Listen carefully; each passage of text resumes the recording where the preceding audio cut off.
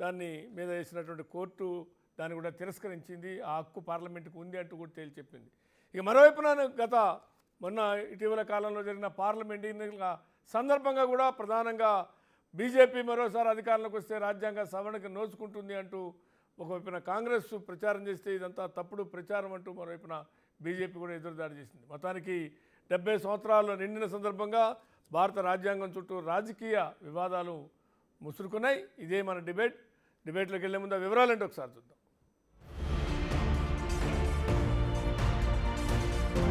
రాజ్యాంగం మనల్ని వైఫల్యం చెందించిందా లేదంటే మనమే రాజ్యాంగాన్ని విఫలం చేశామా అన్నది మాజీ రాష్ట్రపతి దివంగత కెఆర్ నారాయణన్ పార్లమెంట్ సెంట్రల్ హాల్లో అన్న మాట. సో ఈ సబ్జెక్ట్ అప్పట్నుంచి ఇప్పటిదాకా ఒక హాట్ డిబేట్ అవుతూనే ఉంది. తాజాగా దేశంలో రాజ్యాంగ దినోత్సవం చుట్టూ రాజకీయం వేడెక్కింది. రాజ్యాంగాన్ని ఆమోదించి 75 ఏళ్లు అవడంతో వజ్రోత్సవాలు జరుగుతున్నాయి. పార్లమెంట్ సెంట్రల్ హాల్ దగ్గర నుంచి సంవిధాన్ రక్షక్ అభియాన్ ద్వారా రకరకాల కార్యక్రమాలు జరిగాయి. రాజ్యాంగ విశిష్టత, గొప్పదనం గురించి అంతా మాట్లాడారు. అందులోనే అధికార విపక్షాల మధ్య మాటల తూటాలు కూడా పేలాయి. ఎందుకంటే రాజ్యాంగానికి లోబడి ప్రభుత్వం పనిచేయడం లేదు అని కాంగ్రెస్ అంటోంది.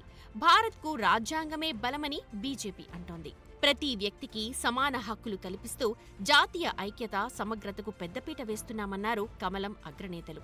రాజ్యాంగమంటే కేవలం వేదికలపై ప్రదర్శించే పుస్తకం కాదని, అందులోని విషయాలను పూర్తి భక్తితో పాటించడం కీలకమంటున్నారు మోడీ, అమిత్ షా. ప్రధాని మోడీ ఖచ్చితంగా రాజ్యాంగం చదవలేదు అని రాహుల్ గాంధీ ఫైర్ అయ్యారు. నిజంగా చదివి ఉంటే రోజువారీ జీవితంలో ఆయన ప్రవర్తన అలా ఉండదని ఏఐసీసీ ఆధ్వర్యంలో సంవిధాన్ రక్షక్ అభియాన్ కార్యక్రమంలో మాట్లాడారు. సమాజంలోని బడుగు, బలహీన వర్గాలకు రక్షణ కల్పించేందుకు రాజ్యాంగం ఒక శక్తివంతమైన సాధనమని, అది ఎంత పటిష్టంగా ఉంటే దేశం అంత బలపడుతుందని గుర్తు చేశారు. అంతేకాదు, రాజ్యాంగంలో హింసను ప్రేరేపించాలని, ప్రజలను చంపాలని ఎక్కడైనా రాసి ఉందా? అబద్దాలతో ప్రభుత్వాన్ని నడిపించాలని ఉందా అని ప్రశ్నించారు. తెలంగాణలో జరుగుతోన్న కుల గణనతో ప్రజల సామాజిక పరిస్థితులు తెలుస్తాయని, అందుకే దేశవ్యాప్తంగా కుల గణన చేపట్టాలని కేంద్ర ప్రభుత్వాన్ని మరోసారి డిమాండ్ చేశారు. जो इसको ये खत्म करने की कोशिश कर रहे हैं, इस कंट्रोल को तोड़ने के 2 तरीके हैं. एक जाति जनगणना और दूसरा रिजर्वेशन को 50% से ज्यादा करना. तो इसमें हम लगे हुए हैं. तेलंगाना में हमने किया, कर्नाटक में किया, और जहां भी हमारी सरकार आएगी हम दलित, आदिवासी, पिछड़े वर्ग, गरीब, जनरल कास्ट, माइनॉरिटीज का डेटा निकालेंगे और पता लगाएंगे कि विकास में उनकी क्या हिस्सेदारी है, हिंदुस्तान के फ्यूचर में उनकी क्या भागीदारी है, क्या भागीदारी होनी चाहिए. ये हमारा लक्ष्य. ఈ దేశంలో మోడీ పరివార్, ఇంకోవైపు గాంధీజీ పరివార్ ఉందని, అందులో ఒకరు రాజ్యాంగాన్ని మార్చాలని చూస్తూ ఉంటే గాంధీజీ పరివార్ రాజ్యాంగ రక్షణ కోసం పాటుపడుతోందన్నారు సీఎం రేవంత్. వచ్చే ఏడాది జరిగే జనగణనలో కుల గణనను కేంద్ర ప్రభుత్వం ఖచ్చితంగా చేర్చాలన్నారు సీఎం రేవంత్ రెడ్డి. इस देश में 2 ही परिवार है.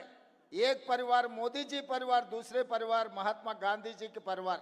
एक परिवार ने ये कोशिश कर रहा है संविधान को बदलने के लिए, दूसरे परिवार ने ये कोशिश कर रहा है संविधान को बचाने के लिए.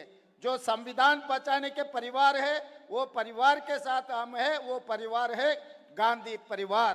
మరోవైపు సంబల్లో ఇంత జరుగుతూ ఉంటే ప్రభుత్వం రాజ్యాంగ దినోత్సవాలు ఎలా జరుపుతోందని సమాజ్వాదీ చీఫ్ అఖిలేష్ యాదవ్ ప్రశ్నించారు. సో ఎవరి లెక్క వారిదే. రాజ్యాంగాన్ని మార్చే కుట్రలు బీజేపీ హయాంలో చాలా జరిగాయన్న సంగతిని కాంగ్రెస్ నేతలు గుర్తు చేస్తున్నారు. నేను ఢిల్లీ పోయినప్పుడు కొంతమందితో మాట్లాడి, చైనాలు ఇట్లా చేసినారు కదనయా, మనం ఎందుకు చేయకూడదంటే వాళ్ళ కానూన్ కాయిదా వేరున్నది బాయ్స్, నీ కానూన్ మార్చుకో, నీకు లేదా అధికారం? వాడు ఎట్ట పైకి వచ్చిన గంతమందం తెవి అక్కలు లేదా మనకు? రాజ్యాంగం మార్చుకో. ఎవరి కోసం రాజ్యాంగం?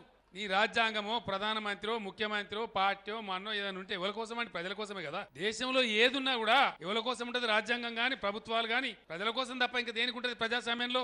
కాబట్టి అవి మార్చరు.